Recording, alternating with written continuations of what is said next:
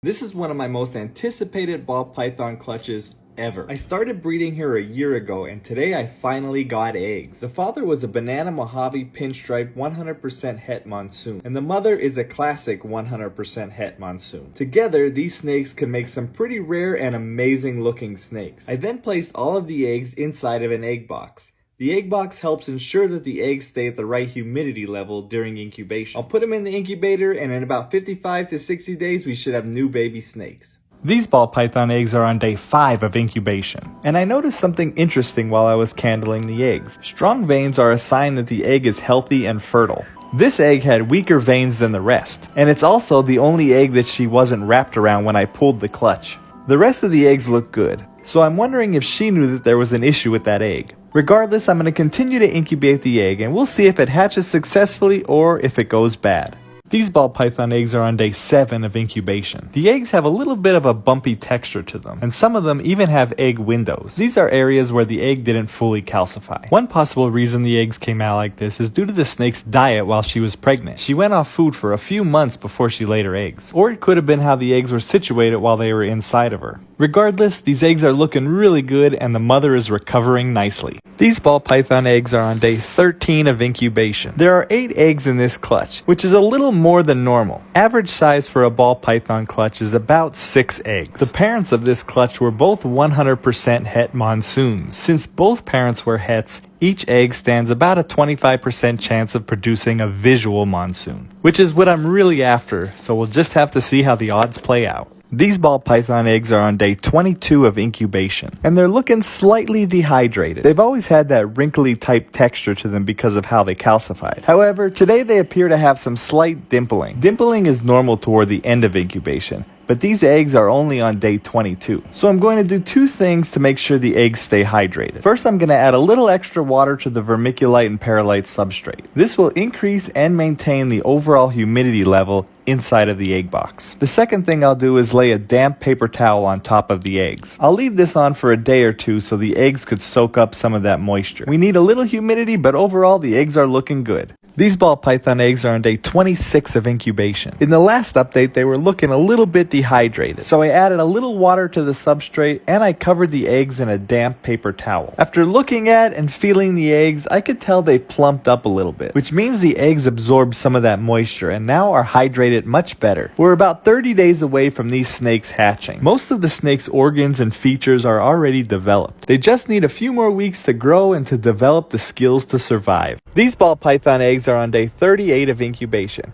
We should start to see some eggs hatching in about 20 days. When I opened the egg box, I got the faintest smell of something that wasn't quite right. It wasn't the smell of a bad egg, but it wasn't the usual smell. As I inspected the eggs, the only thing I could see is this spot right here. The egg has a spot that sort of has a wet look to it, which can be an indicator that the egg is going bad. It doesn't look too bad right now, but I'm going to keep a close eye on it. I inspected all the other eggs and I didn't see anything out of the ordinary. After a second look at the egg, I decided that I wanted to add some antifungal powder as a preventative measure. The powder will help prevent any mold from growing on the outside of the eggs. However, if something happened to the embryo inside the egg and the egg is going bad from the inside out, the powder's not going to help. At that point, there's really nothing you could do to save the egg. I don't know if that's the case here or not, but I'm going to add the powder just in case. We're over the halfway mark now, so it won't be long before we start to see some eggs hatching, and I'm really excited to see what hatches out. 44 days ago, this snake laid her eggs. She laid a total of 8 eggs,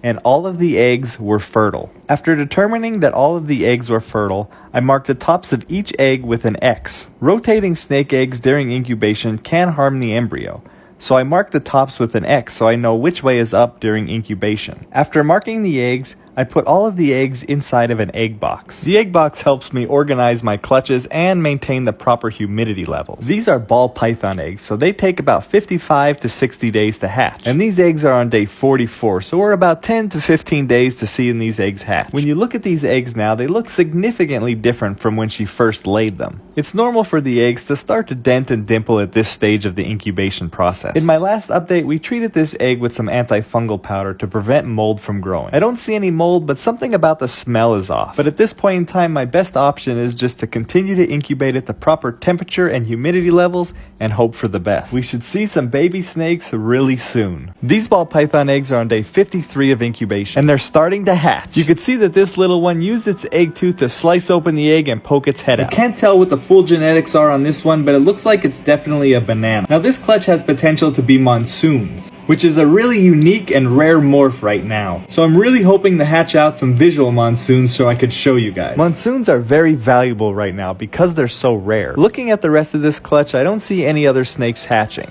But usually after one pips, the rest of them aren't far behind. So we should see the rest in about a day or two. And let's hope some are monsoons. These ball pythons are on day 54 of incubation, and one already crawled out of the egg. It appears to be a banana Mojave pinstripe, which is a combination of 3 different genes, and that's what gives it its color and pattern. It's not the monsoon that we're looking for, but it is a beautiful snake. 2 more snakes also pip. Pipping is when the snake uses its egg tooth to slice open the egg when it's ready to hatch. After they pip, it takes about a day or 2 for them to crawl out. I don't see any other pips right now, but I expect to see more really soon. We'll put them back in the incubator and check up on them tomorrow.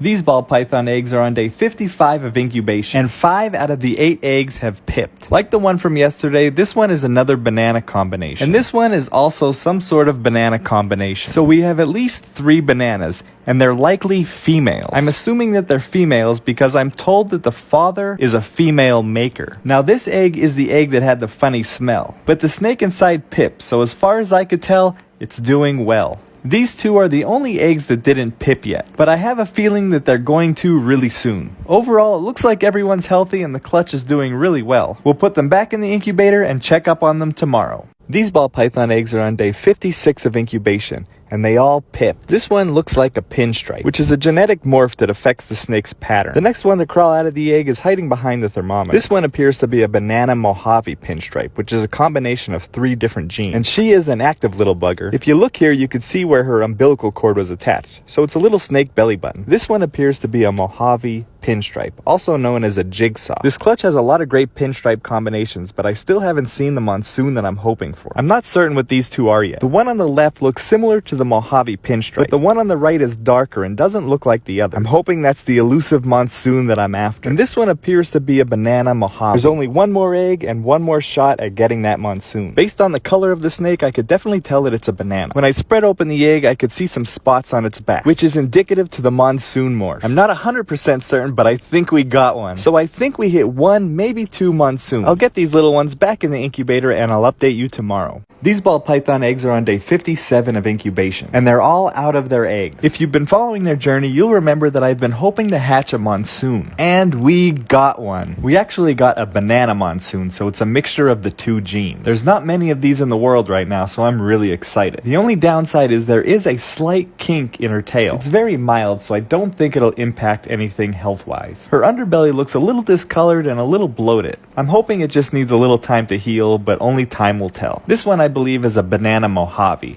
and it should be a female. All of the bananas in the clutch should be females because the father was a female maker. The next snake is a pinstripe. I was hoping for a monsoon pinstripe because I don't think anyone has hatched any yet. This next one is a Mojave pinstripe. You can see the difference between the Mojave pinstripe and the regular pinstripe. And last but not least is a classic. A classic is just a ball python that looks like it would naturally. However, like all of these snakes, it may carry the gene to make more monsoons.